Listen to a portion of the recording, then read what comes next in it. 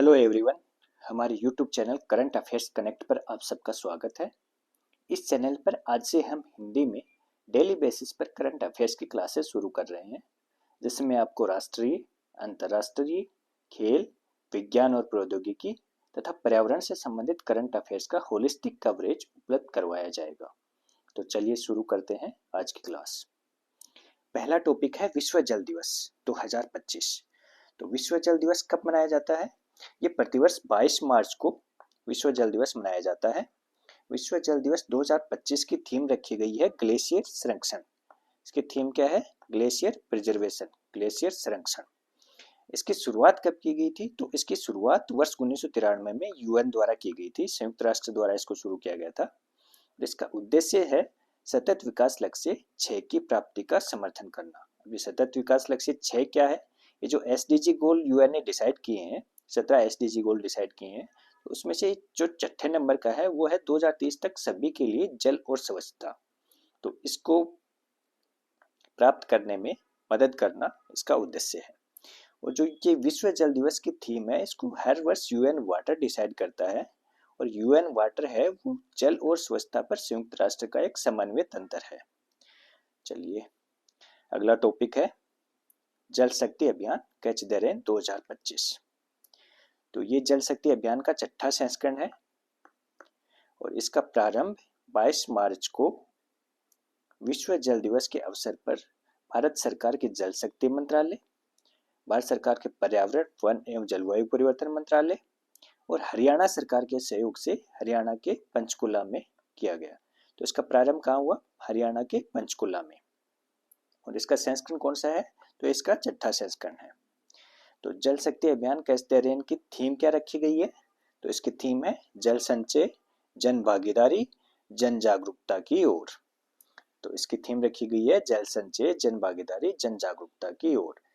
तो जलवायु परिवर्तन और बढ़ती जल चुनौतियों के मद्देनजर जल सुरक्षा, वर्षा जल संचयन और भूजल पुनर्भरण के महत्व पर इसमें जोर दिया गया है। और ये 48 फोकस जिलों पर विशेष जोर इसके अंतर्गत दिया गया है। चलिए अगला टॉपिक है एंथुरियम पुष्प। तो एंथुरियम पुष्प चर्चा में क्यों है?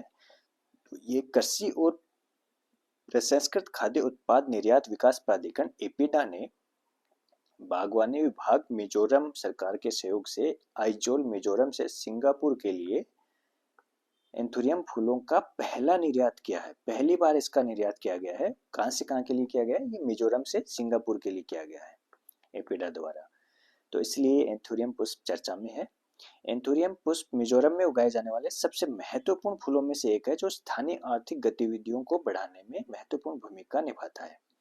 और जो मिजोरम सरकार है वो इसके लिए एक वार्षिक महोत्सव का आयोजन करती है, जिसका नाम है एंथुरियम महोत्सव। तो ये देखिए, ये है एंथुरियम पुष्प, इस तरह के होते हैं और इनका पहली बार निर्यात किया गया है मिजोरम से सिंगापुर को। चलिए अगला टॉपिक है, इसी में देखते हैं ये एपीडा क्या है। तो एपीडा कृषि और प्रसंस्कृत खाद्य उत्पाद निर्यात विकास प्राधिकरण, इसका पूरा नाम है एपीडा का। तो कृषि और प्रसंस्कृत खाद्य उत्पाद निर्यात विकास प्राधिकरण, ये वाणिज्य और उद्योग मंत्रालय भारत सरकार के अधीन एक वैधानिक निकाय है। ठीक है, तो एक गवर्नमेंट ऑफ इंडिया के वाणिज्य और उद्योग मंत्रालय के अंतर्गत एक वैधानिक निकाय है। इसका मिशन है भारत से कृषि और प्रसंस्कृत खाद्य उत्पादों के निर्यात को विकसित करना, इनको सुविधा प्रदान करना और उसको बढ़ावा देना है, जिससे वैश्विक खाद्य और पेय उद्योग में देश की स्थिति मजबूत हो। ठीक है, तो चलिए अगला टॉपिक है अशोक सिंह ठाकुर। अशोक सिंह ठाकुर कौन है? तो इनको अभी भारतीय राष्ट्रीय कला एवं सांस्कृतिक विरासत न्यास इंटेक का अध्यक्ष निर्वाचित किया गया है। क्यों चर्चा में है? क्योंकि इनको भारतीय राष्ट्रीय कला एवं सांस्कृतिक विरासत न्यास इंटेक का अध्यक्ष निर्वाचित किया गया है। इनका कार्यकाल 3 वर्ष का रहेगा। इंटेक क्या है? ये भारत का एक प्रमुख विरासत संरक्षण संगठन है, जिसकी स्थापना 27 जनवरी 1984 को की गई थी। इंटेक है ये सोसाइटी पंजीकरण अधिनियम 1860 जो भारत का है, उसके तहत एक राष्ट्रीय पंजीकृत सोसाइटी है। अगला टॉपिक है राष्ट्रीय ई विधान एप्लीकेशन प्लेटफॉर्म से जुड़ने वाला दिल्ली 28वां विधानमंडल बना है। कौन सा विधानमंडल बना है? 28वां विधानमंडल। तो दिल्ली विधानसभा द्वारा राष्ट्रीय ई विधान एप्लीकेशन, जिसको नेवा भी बोलते हैं, उसके कार्यान्वयन के लिए संसदीय कार्य मंत्रालय भारत सरकार और राष्ट्रीय राजधानी क्षेत्र दिल्ली सरकार के साथ एक त्रिपक्षीय समझौता ज्ञापन पर हस्ताक्षर दिल्ली विधानसभा द्वारा किए गए हैं। तो ये दिल्ली विधानसभा नेवा एप्लीकेशन को अपनाने वाला 28वां विधानमंडल बना है। अब नेवा एप्लीकेशन क्या है? तो नेवा संसदीय कार्य मंत्रालय भारत सरकार के मार्गदर्शन में विकसित एक प्लेटफॉर्म है, जिसका उद्देश्य है अधिक दक्षता, पहुंच और स्थिरता को बढ़ावा देकर विधायी प्रक्रियाओं को बेहतर बनाना। इसका क्या उद्देश्य है कि ये जो विधायी प्रक्रियाएं हैं उनको अधिक सुगम बनाना, उनको डिजिटल करना, पेपरलेस करना, ये सब नेवा का उद्देश्य है। ये सदन के कामकाज को डिजिटल बनाकर और दस्तावेजों तक वास्तविक समय में पहुंच प्रदान करके विधायकों और सचिवालय कर्मचारियों के बीच सहज समन्वय को सक्षम बनाता है।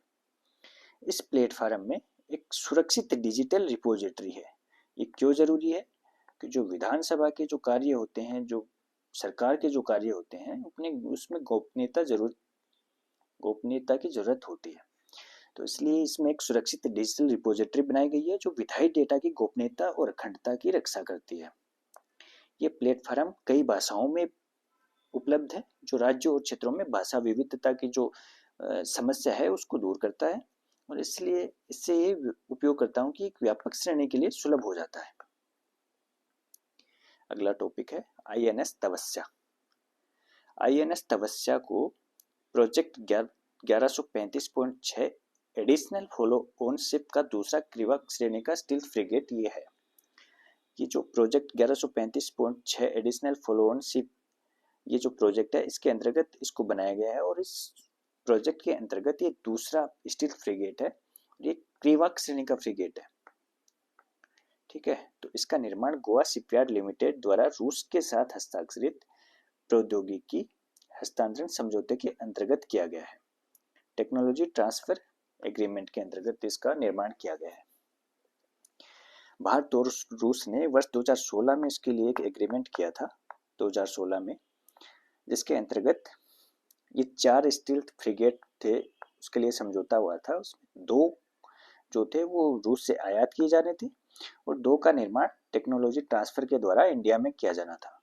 तो ये उसमें से दूसरा है INS तपस्या। इसको 22 मार्च को GSL गोवा में रक्षा राज्य मंत्री संजय सेठ द्वारा लॉन्च किया गया है। इसका नाम तपस्या, जो इसका नाम है, वो महाभारत के महान योद्धा भीम को तो आप सब जानते ही होंगे, पांडवों के भाई भीम, 5 पांडवों में से एक। तो ये उनकी गद्दा के नाम पर आधारित है। उनकी गद्दा जो थी उसका नाम तपस्या था, और उसके नाम पे इसका नाम तपस्या रखा गया है। ये सतह, उपसतह और हवाई युद्ध संचालन के लिए डिजाइन किया गया है इसको। इसकी लंबाई 124.8 मीटर है, चौड़ाई 15.2 मीटर है, ड्राफ्ट 4.5 मीटर का, और इसका विस्थापन जो है वो लगभग 3600 टन है, और ये 28 मील समुद्री मील की अधिकतम गति से चल सकता है। तो ये जो प्रोजेक्ट 1135.6 है, इसके अंतर्गत जो पहला जहाज था वो त्रिपुर था, और इसको 23 जुलाई 2024 को लॉन्च किया गया था। अगला टॉपिक है भारत इटली सैन्य सहयोग समूह की 13वीं बैठक। तो ये 13वीं बैठक कहाँ हुई है? इस 13वीं बैठक का आयोजन किया गया है 20-21 मार्च को रोम, इटली में। और इसका उद्देश्य क्या है? तो इसका उद्देश्य दोनों देशों के सशस्त्र बलों के बीच रक्षा सहयोग को बढ़ाना, जिससे सैन्य से सैन्य जुड़ाव और रणनीतिक सहयोग वो मजबूत हो, ये इसका उद्देश्य है। तो इसका आयोजन 20-21 मार्च को रोम, इटली में किया गया। अगला टॉपिक है नोकलाक। तो नोकलाक क्या है? तो ये केंद्रीय युवा मामले क्यों चर्चा में नोकलाक? तो केंद्रीय युवा मामले खेल राज्य मंत्री श्रीमती रक्षा निखिल खड़से देश के सबसे दूरस्थ जिलों में से एक नोकलाक, नागालैंड का दौरा करने वाली पहली मंत्री बनी है। तो नोकलाक नागालैंड का एक दूरस्थ जिला है, जो देश के सबसे दूरस्थ जिलों में शामिल होता है, और केंद्रीय युवा मामले खेल राज्य मंत्री श्रीमती रक्षा निखिल खड़से इसका दौरा करने वाली पहली मंत्री बनी है। नोकलाक को सीमांत जिला भी कहा जाता है। ये नागालैंड के सबसे पूर्वी क्षेत्र में स्थित है। 2011 की जनगणना के अनुसार यहाँ पे कुल आबादी 55,434 है और ये जिला लगभग 1152 वर्ग किलोमीटर क्षेत्र में फैला हुआ है। यहाँ की ज्यादातर आबादी ग्रामीण है और यहाँ खियाम न्यूंगन नागा जनजाति के लोग निवास करते हैं। यहाँ का जनसंख्या घनत्व कम है और यहाँ उगाई जाने वाली फसलों में कौन कौन सी हैं? बाजरा, पेरेला बीज, मक्का, सेब, रतालू, जॉब्सटीयर, ये सब यहाँ की जो फसलें हैं। और इस जिले की सांस्कृतिक विरासत को भी मान्यता प्रदान की गई है। कैसे की गई है? वर्ष 2022 में इसको आर्थिक स्थिरता के लिए सतत विकास पुरस्कार प्राप्त हुआ था। ठीक है, तो ये था नोकलाक। नोकलाक नागालैंड का एक दूरस्थ जिला है और एक राज्य मंत्री ने, भारत की रक्षा निखिल खड़से ने यहाँ का दौरा किया है और वो पहली मंत्री बनी है यहाँ का दौरा करने वाली, इसलिए चर्चा में है। अगला टॉपिक है सूक्ष्म, लघु और मध्यम उद्यमों के वर्गीकरण के नए मानदंड।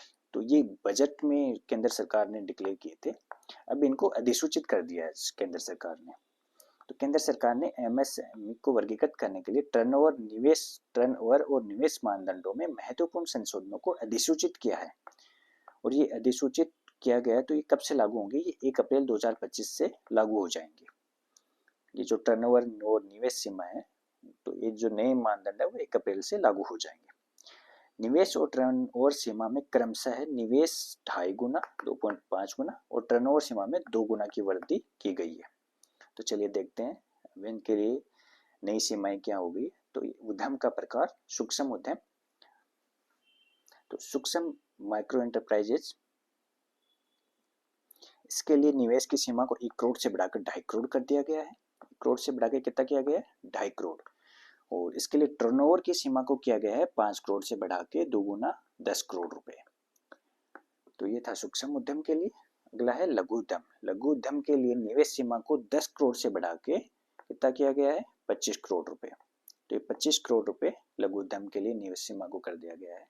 और लघु उद्यम के लिए टर्नओवर सीमा को 50 करोड़ रुपए से बढ़ा के कितना कर दिया गया है? 100 करोड़ रुपए। तो ये लघु उद्यम के लिए था। अगला है मध्यम उद्यम। मध्यम उद्यम के लिए निवेश सीमा को 50 करोड़ से बढ़ाकर कितना कर दिया गया है? 125 करोड़ रुपए। तो निवेश सीमा 125 करोड़ रुपए हो गई है और टर्नओवर सीमा को 250 करोड़ से बढ़ा के 500 करोड़ रुपए कर दिया गया है। तो मध्यम उद्यम के लिए टर्नओवर सीमा 500 करोड़ रुपए हो गई। लघु उद्यम के लिए टर्नओवर सीमा 100 करोड़ और सूक्ष्म उद्यम के लिए 10 करोड़। सूक्ष्म उद्यम के लिए निवेश सीमा हो गई 2.5 करोड़ रुपए और लघु उद्यम के लिए हो गई 25 करोड़ रुपए और मध्यम उद्यम के लिए हो गई 125 करोड़ रुपए। तो ये नई सीमाएं हैं, इनका एमएसएमई का कैटेगराइजेशन किया गया है। तो अगला टॉपिक है पदमजा नायडू हिमालयन जूलॉजिकल पार्क।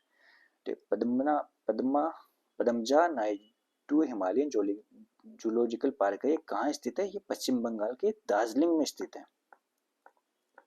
पश्चिम बंगाल के दार्जिलिंग में स्थित है। और यहाँ पर क्या हुआ है, अभी ये चर्चा में क्यों है?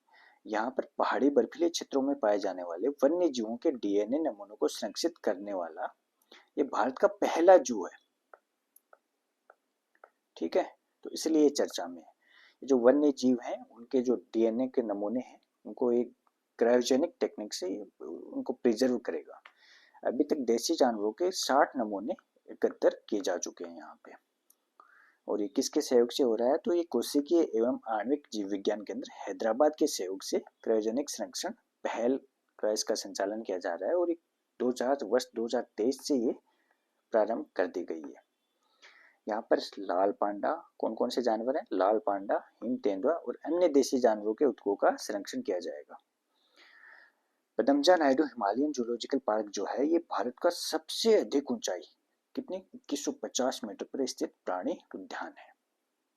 तो ये इसलिए चर्चा में रहा है कि यहाँ पे जो पहाड़ी क्षेत्रों में जो पाए जाने वाले जानवर हैं उनके उत्तकों का डीएनए नमूनों का वहाँ पे क्रायोजेनिक टेक्निक से संरक्षण किया जाएगा। अगला टॉपिक है कबड्डी वर्ल्ड कप 2025। तो इसका आयोजन किया गया है इंग्लैंड के वाल्वरहेम्पटन में। कहाँ आयोजन हुआ है? इंग्लैंड के वाल्वरहेम्पटन में। और इसमें भारत ने पुरुष और महिला कबड्डी वर्ल्ड कप हैं उनके दोनों वर्ल्ड कप में खिताब जीता है। दोनों का खिताब भारत ने जीता है। पुरुष वर्ल्ड कप में भारत ने इंग्लैंड को 44-41 से हरा के खिताब जीता है और महिला वर्ल्ड कप में इंग्लैंड को ही 57-34 से हरा के खिताब जीता है। और इसका ये दूसरा संस्करण था। इसका पहला संस्करण था वो वर्ष 2019 में मलेशिया में आयोजित किया गया था और उसमें भी ये दोनों खिताब भारत ने ही जीते थे। और इसका आयोजन कौन करवाता है? तो ये विश्व कबड्डी वर्ल्ड कबड्डी द्वारा इसका आयोजन करवाया जाता है। तो ये थी आज की करंट अफेयर की क्लास। तो इसमें आज के लिए इतना ही। मिलते हैं कल के करंट अफेयर क्लास में। Thank you.